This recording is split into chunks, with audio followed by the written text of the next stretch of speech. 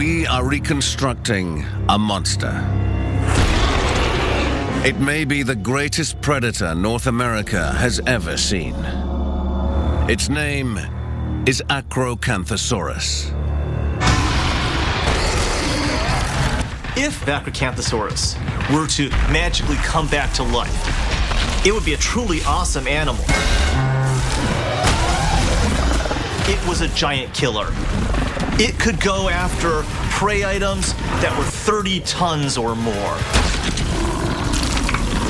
This would have been the Arnold Schwarzenegger of the dinosaurs. Now a monster is brought back to life, and a killing machine is put to the test.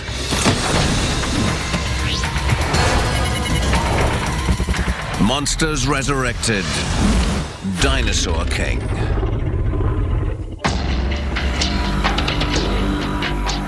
The Paluxy River, 1 hour's drive southwest of Dallas, Texas.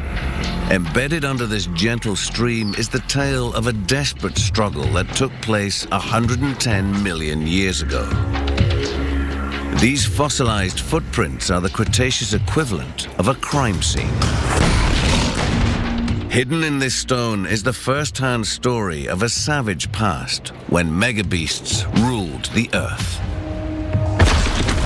These footprints are direct evidence of an ancient combat between Acrocanthosaurus and its victim.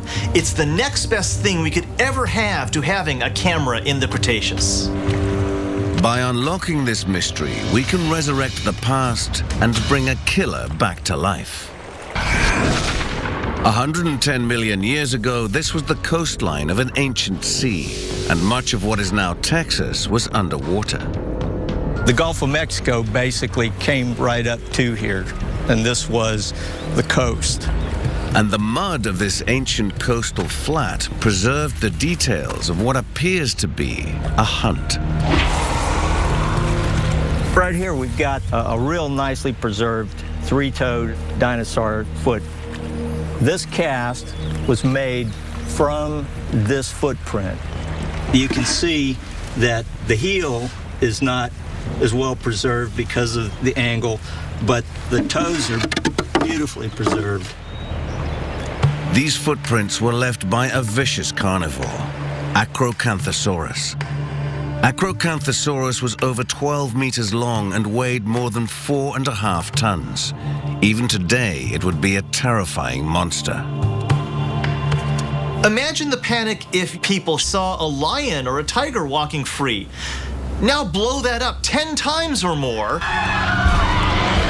in a creature unlike anything you've seen alive today. As this footprint is examined, certain details emerge. The steep angle of the toe casts from the river show that the acro was running. But there is another set of footprints, and these second footprints are what make this discovery so amazing and potentially revealing. These second footprints are those of another huge dinosaur, a gigantic sauropod called Paluxysaurus. Got a fiberglass cast of a sauropod left rear foot. You've got the ground level here, and you can see the claws, the heel. It just gives you a good idea of how much this thing should have weighed. And the tracks reveal that the 36-ton plant eater was also in a hurry, as if it was being chased. What we have here is a really nicely preserved set of sauropod tracks, and it goes on for about 30 feet. The trail starts here with the right rear, and it goes this direction. There's a left, right, left, right, left, and finally the last one right. But it continues underneath this limestone ledge.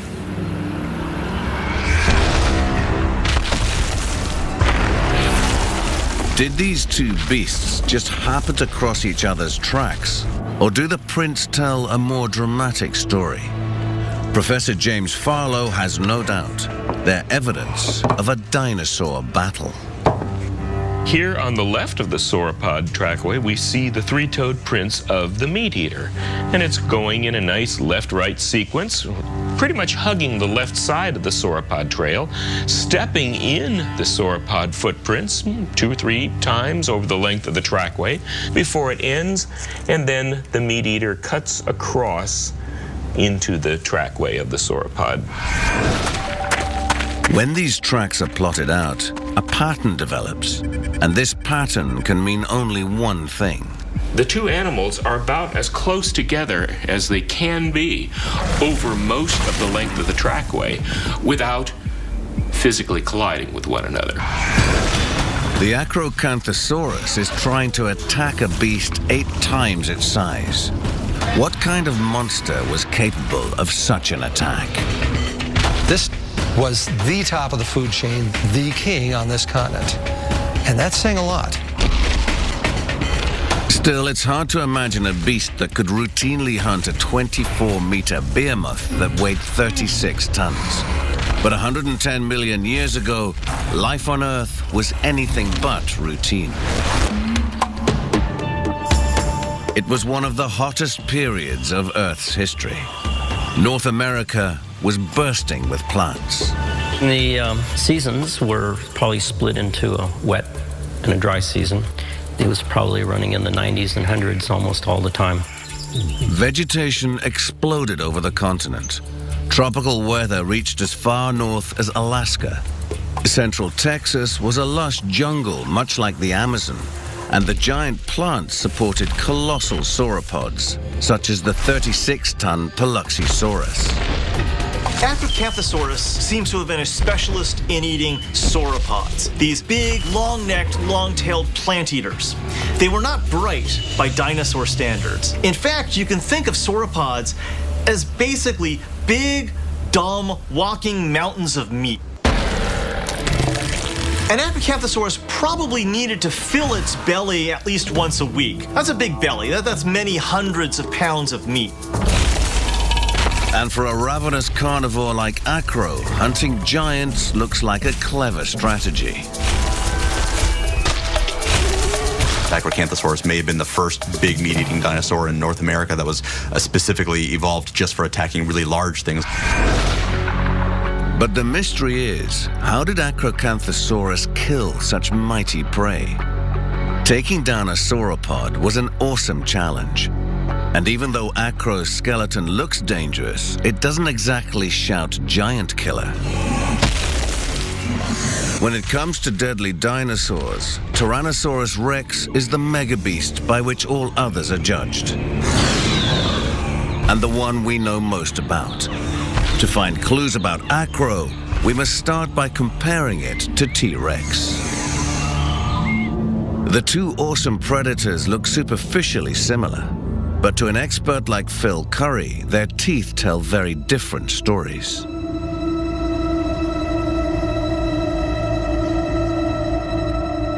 This thing had an incredibly powerful bite. In fact, the most powerful bite known for any animal, living or dead. It was going after animals that were about its own body weight. And because they were relatively small, there was no way that Tyrannosaurus rex could avoid hitting bone with its teeth.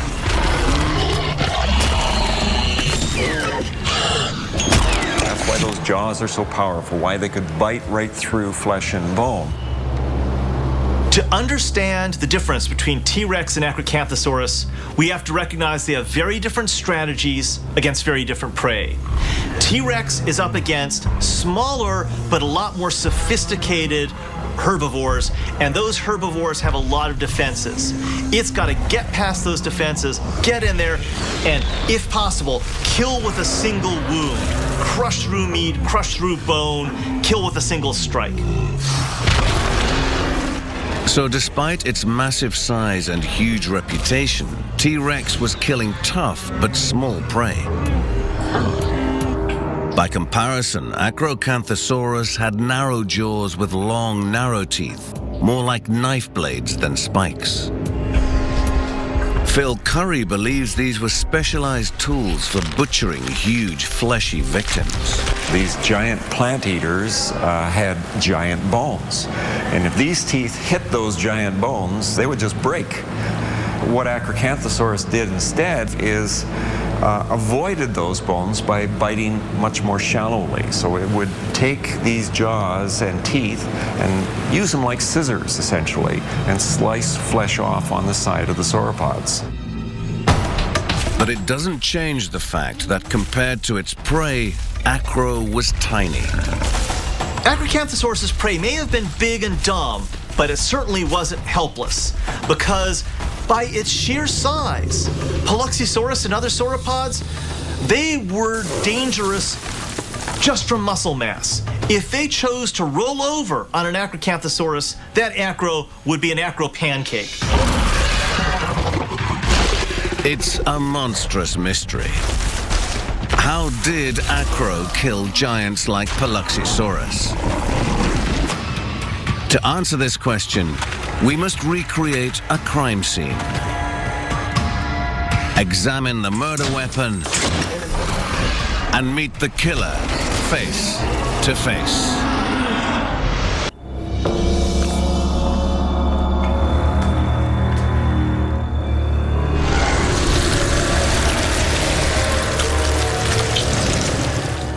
We are resurrecting a monster. A 12-meter hypercarnivore.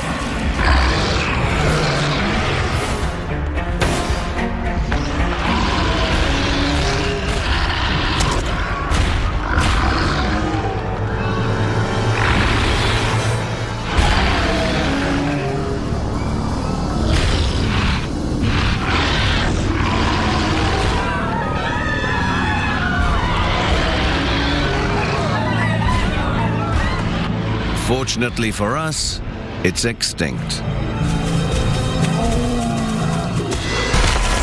But it once terrorized the North American continent. 110 million years ago, this riverbed in central Texas was the scene of a fight to the death between two behemoths.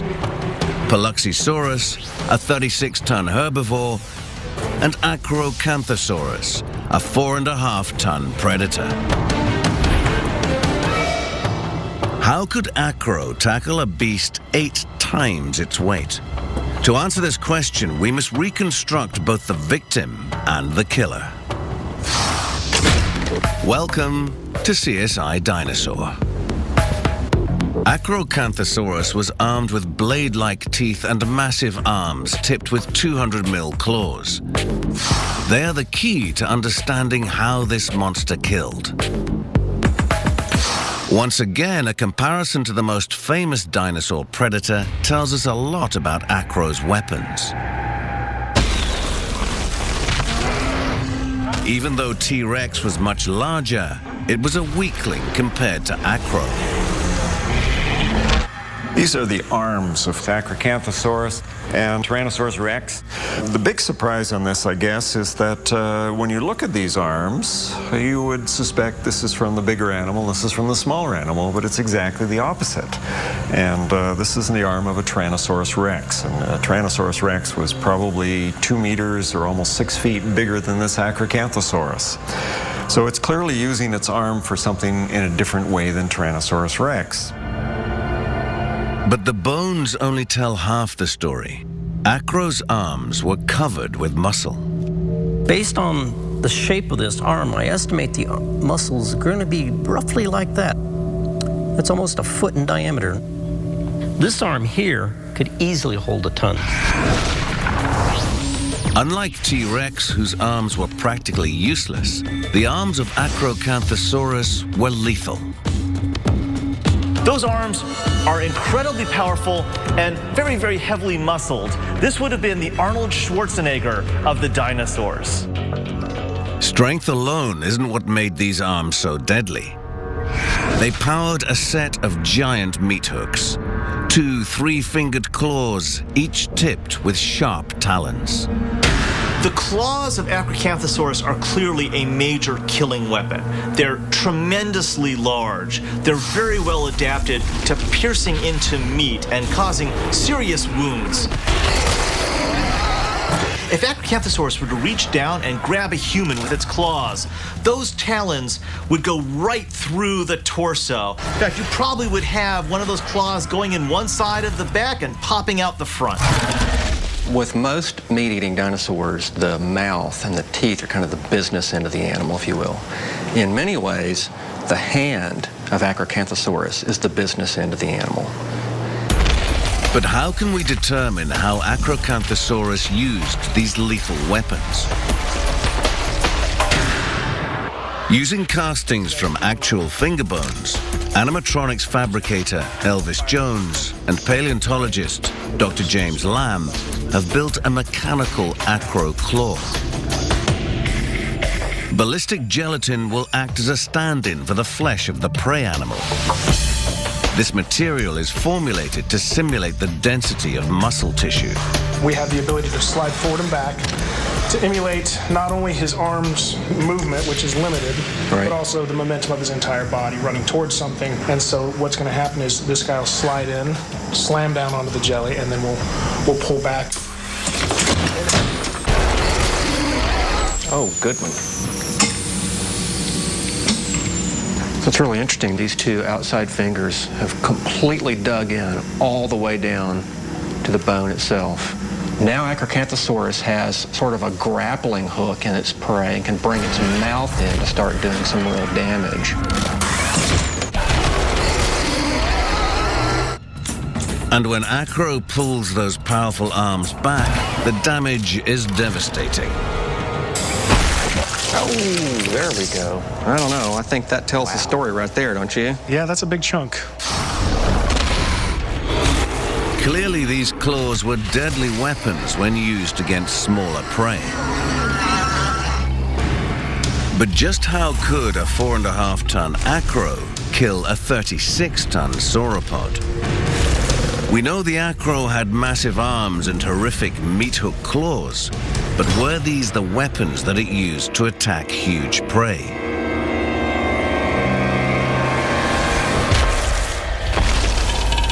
For a predator like Acrocanthosaurus, the mid-Cretaceous was a brutal and dangerous world, a constant battle for survival. These huge creatures competed with each other for mates and territory. Even small prey, such as a herbivore called Tenontosaurus, could put up a big fight. This is Tenontosaurus. This guy is half-grown in terms of mass. Its hip height of an adult would be up to about here. So in some ways, Tenontosaurus was sort of the cow of the mid-Cretaceous. A fully grown Tenontosaurus could weigh almost 2 tons and measure over 6 meters in length. And even a lone Tenontosaurus was anything but a soft target. It doesn't have armor and it doesn't have horns, so it can't fight back that way. But it will have its one major weapon, if you will. That's the tail. The tail of Tenontosaurus is actually one of the biggest and broadest tails among the dinosaurs. And a swap from that tail could certainly discourage, at least in the short term, an Acrocanthosaurus coming in trying to fight it. Its tail versus 200 mil claws. But as we've seen from our mechanical reconstruction, these deadly claws ultimately give Acrocanthosaurus the advantage.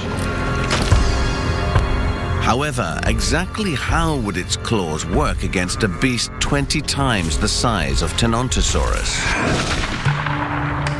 Here at the North Carolina Museum of Natural Science, an examination of the acro's biomechanics reveals a fatal flaw. When trying to figure out the range of motion in an extinct animal, what you do is look at the shape of the joint surfaces. Notice we have a nice concave surface here and a convex surface here that fits into it. And so we can take this arm back about this far, before dislocation, and we can take it in front about that far before dislocation. Not an impressive range of motion there. Acro's arms, while powerful, were limited. They could only move up or down about 25 degrees, and this would be a big problem when trying to tackle really big prey. Phil Center and curator Vincent Schneider have built a cast of the arm bones. They mounted them to a frame to approximate their height as Acrocanthosaurus reaches its prey. But seeing these arms next to the sauropod model makes Acro's attack look impossible. Notice that as we move this into position and swing the arm as far forward as it can go, which is no further forward than this, the animal is not really in the best position to grab the prey. Notice how that the hands don't even come up to the elbows of the prey. And the same would work on the hind limb. The hands don't even come up to the knees. So, if you're an Acrocanthosaurus, grabbing your prey with your hands first, not such a good idea. You're going to get dragged. Acro couldn't get its claws in close enough to fatally wound the Paluxysaurus. These massive arms and talon-like claws would be useless against the giant herbivore. They clearly weren't the killing tool. So what did Acro use to attack this huge beast? It had only one weapon left to use. A very deadly one.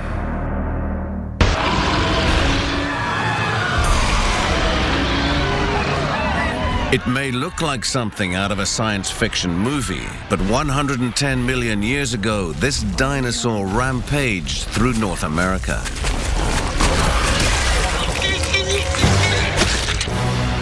Its name is Acrocanthosaurus, and these fossilized footprints are evidence of a titanic fight to the death between this prehistoric predator and a giant Paluxysaurus.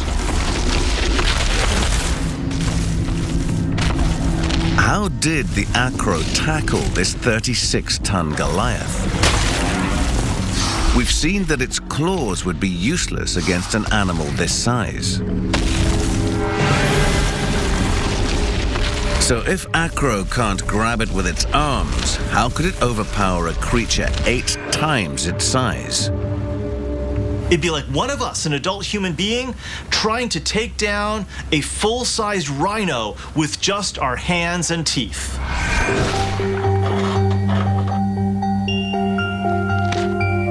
Paleontologist Jerry Harris has found a critical clue in some fossil fragments as to why Acrocanthosaurus was such a deadly killer. These are a couple of the skull bones from Acrocanthosaurus, and you can see that they have these very large openings here, smaller openings that are tunneling into these various prongs sticking out in every direction. So most of the skull bones, at least on the palate and on the back end of Acrocanthosaurus' skull, had a lot of these big air openings. These bones actually are not big solid pieces of bone. The interiors of most of these, especially up in the head and the neck and going into the part of the back, were very spongy and full of these air holes. And these lighter bones are found not just in the skull. More hollowed-out bones are found throughout the skeleton, making it light and agile. So it looks like it would be very, very solid, and as bone would actually be heavy, but the interior of the vertebra itself is actually very hollow. Being lighter means you're going to have less food and still move very efficiently. You can also move very quickly. The hollow bones also served as air channels, allowing Acro to pump oxygen throughout its entire body more efficiently. Not only would it be lighter than you would expect, it would be turbocharged by this extra oxygen coming through the body continuously, making this one very impressive hunter. Acro was strong, maneuverable, and deadly. A perfectly engineered killing machine with parts that fit together like a brilliantly designed weapon. What we're looking at here is the second, third, fourth, and fifth neck vertebrae of Acrocanthosaurus. So the head would be fitting on right about here, and then the rest of the body would go off in this direction. What's very unusual about these particular vertebrae is that they have these big hollows on the backside and then these big processes that stick off the front. And what happens when they fit together is that these processes that stick off the front actually nest inside those hollows on the back of the next vertebra in front of them, the next backbone, and this helps lock the whole neck very tightly together. This is not anything like I've seen in any other animal. It may be that Acrocanthosaurus evolved these features specifically to help it attack large animals like sauropods, like Paluxysaurus. Acro's neck structure allowed it to lock onto its prey like a pair of vice clamps.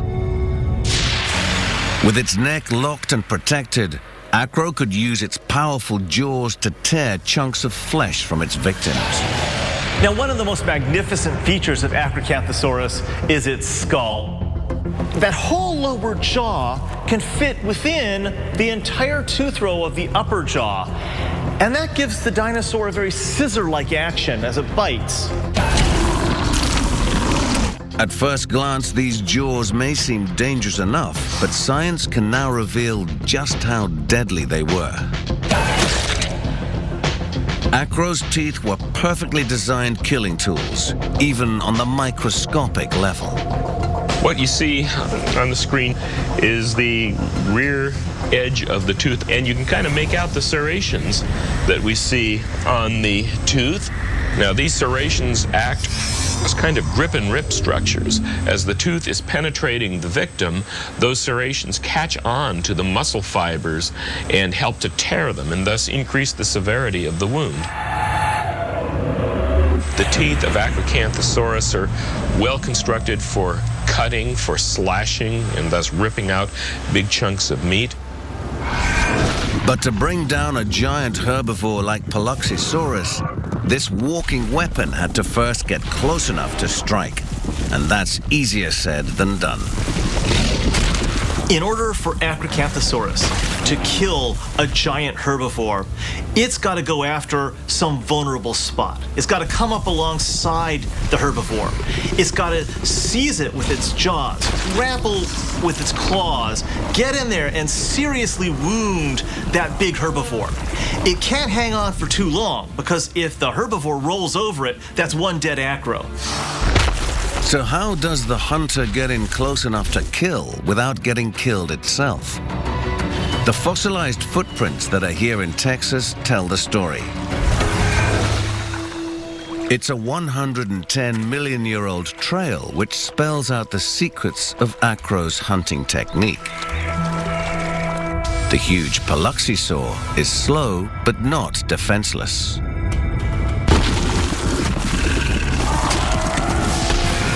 Going after a giant prey item is dangerous. So Acrocanthosaurus had to be pretty sophisticated in order to take one of these giants down. The Acrocanthosaurus has huge, sharp talons, but we've seen that against a behemoth like this, they are useless. The Acrocanthosaurus is much faster, but its lightweight skeleton is also a handicap. Paluxysaurus swinging its tail around would have been like swinging a giant 2x4 around, and with a lot of muscle power behind it. One blow from this mega beast could knock out an acro. The skull, as you can see, is made up of a lot of very thin, narrow bones. A 5-ton of tail hitting the skull would literally break the face. With the face skewed to the side, this poor animal couldn't feed, and it would end up starving to death. But the hunt still continues. As with many crime scenes, the footprints tell the story. You just need to know how to decipher the chase. If we follow the trackway of the meat eater, the theropod, we have pretty good left-right sequencing of the feet. We go left, right, left, right, left, right, left, right, and then something odd happens, because here this right footprint is followed by another right footprint, after which we go back into good left-right sequencing again. So there is a missing left footprint right about here. The fossilized footprints show the acro had to begin its attack from close behind its prey. What had happened was that the meat eater, somewhere about here, had actually latched on to the plant eater, that it was attacking it and trying to slow it down. But it was being dragged forward by the greater weight and the greater strength of the larger animal. The sauropod tries to wrench itself away, but the Acrocanthosaurus refuses to release its prize. The acro is clinging for life, hanging on only by the grip of its jaws. This might snap the neck of a lesser predator, but not the acro. This was an animal built for battle.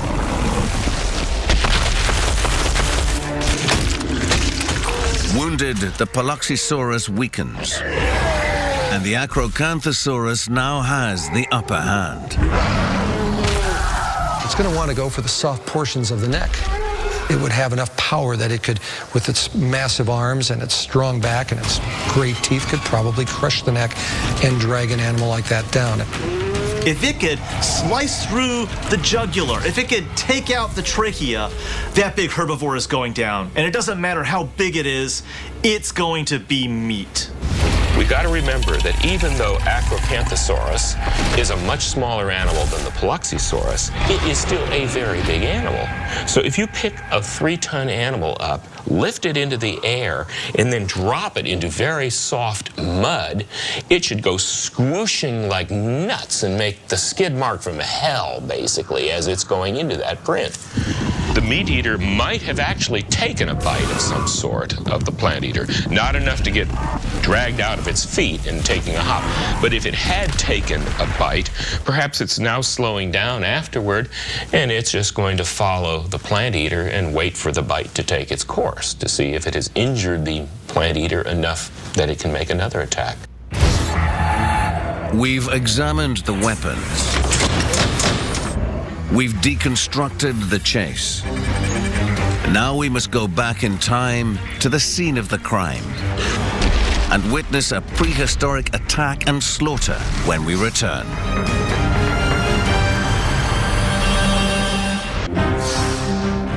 The stones have spoken. A 110-million-year-old attack and assault has been solved. Now we can finally see how a mega predator took down a dinosaur 8 times its size, recreating the entire struggle for life and death from beginning to end.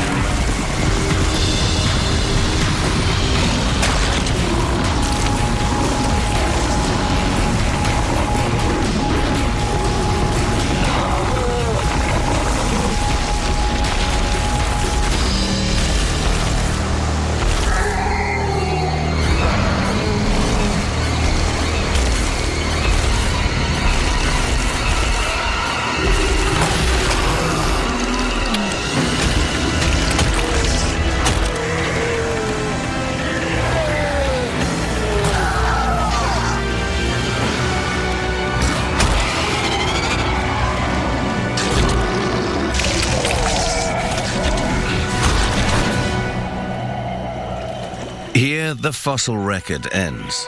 The tracks run out. But we know that the Acrocanthosaurus would not have given up as the odds were in its favor.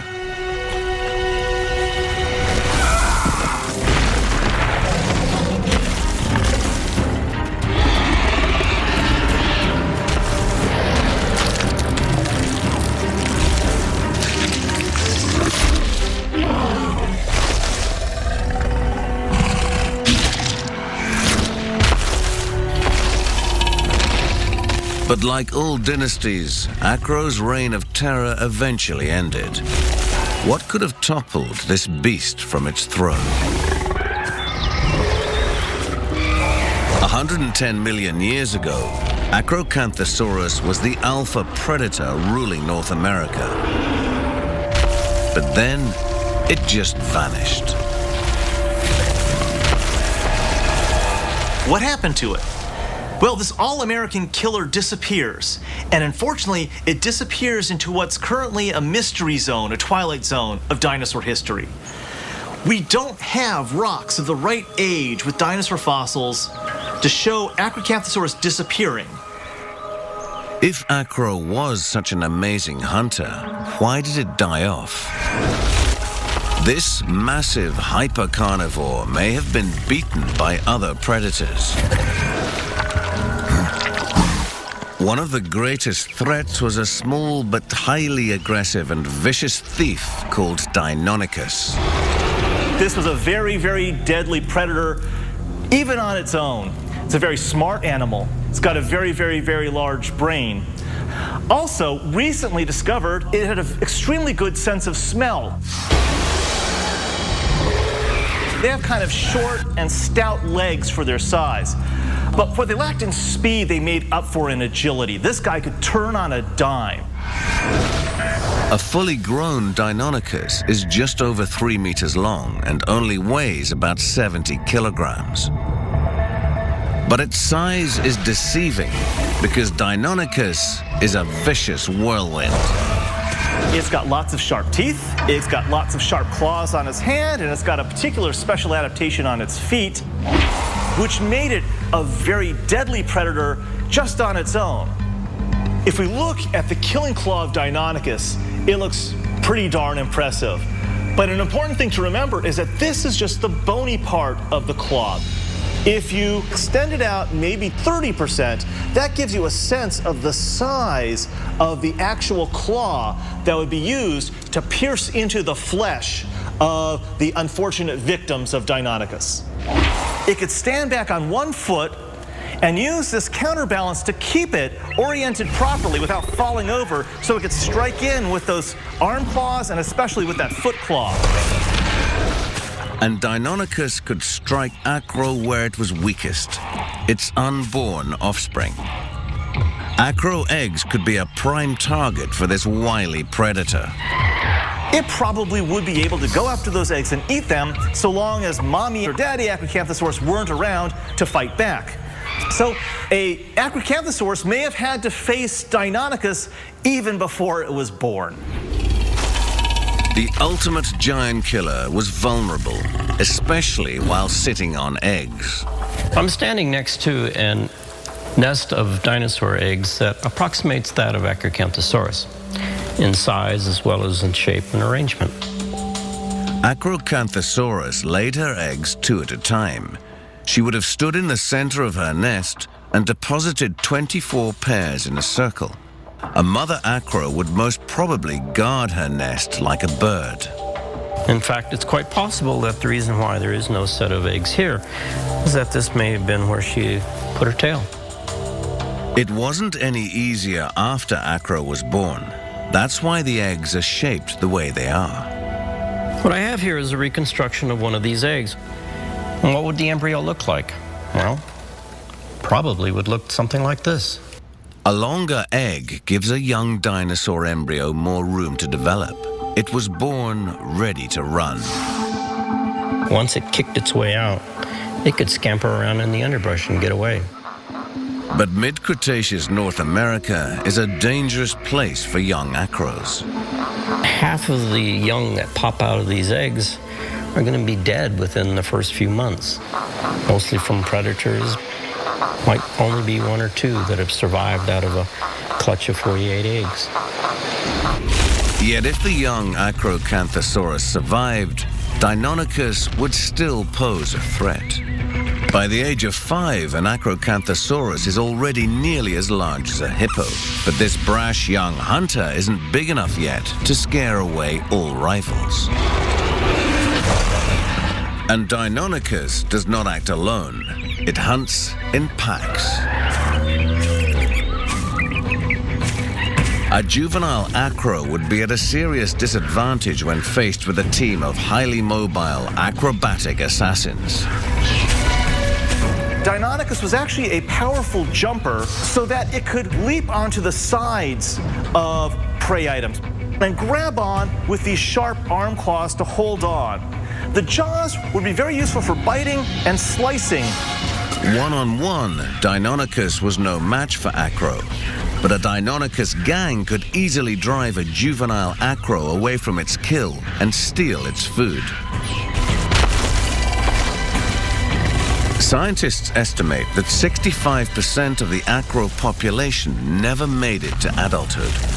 But this low survival rate alone is not what pushed acro to extinction. Towards the end of its reign, there was a dramatic change in its surroundings, and crucially, in the food supply. The long-necked sauropods also disappear from the fossil record in North America at about the same time. The problem that Acrocanthosaurus would have had is that without sauropods in North America, this animal wouldn't have been able to effectively kill animals smaller than itself. It really is adapted for killing bigger animals. So what remained left to hunt? The options weren't appealing. This is Sauropelta. It's smaller and lighter than Acrocanthosaurus, yet this plant eater comes with some heavy armor. Sauropelta is like a 6-meter-long armadillo covered in rhino horns. It's a walking tank. It has pieces of bone armor that are embedded in the skin, and it's going to stand there. Make sure the Acrocanthosaurus knows, I may be slow, and you may think I'm vulnerable, but I'm really not. I got these spines. Better be careful. Meter-long shoulder spikes block Acro's attack. These are huge things. At the base, they're at least this big in diameter. It's hefty bone. It's very strong. Acrocanthosaurus was not designed to tackle small but tough prey like this.